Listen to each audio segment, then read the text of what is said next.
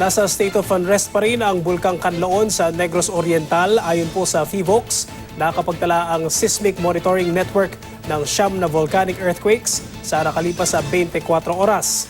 Ayon naman po sa Public Information Officer ng Canlaon City, hindi na nagbubuga ng abo ang bulkan mula pa noong Agosto ng nakaraang taon.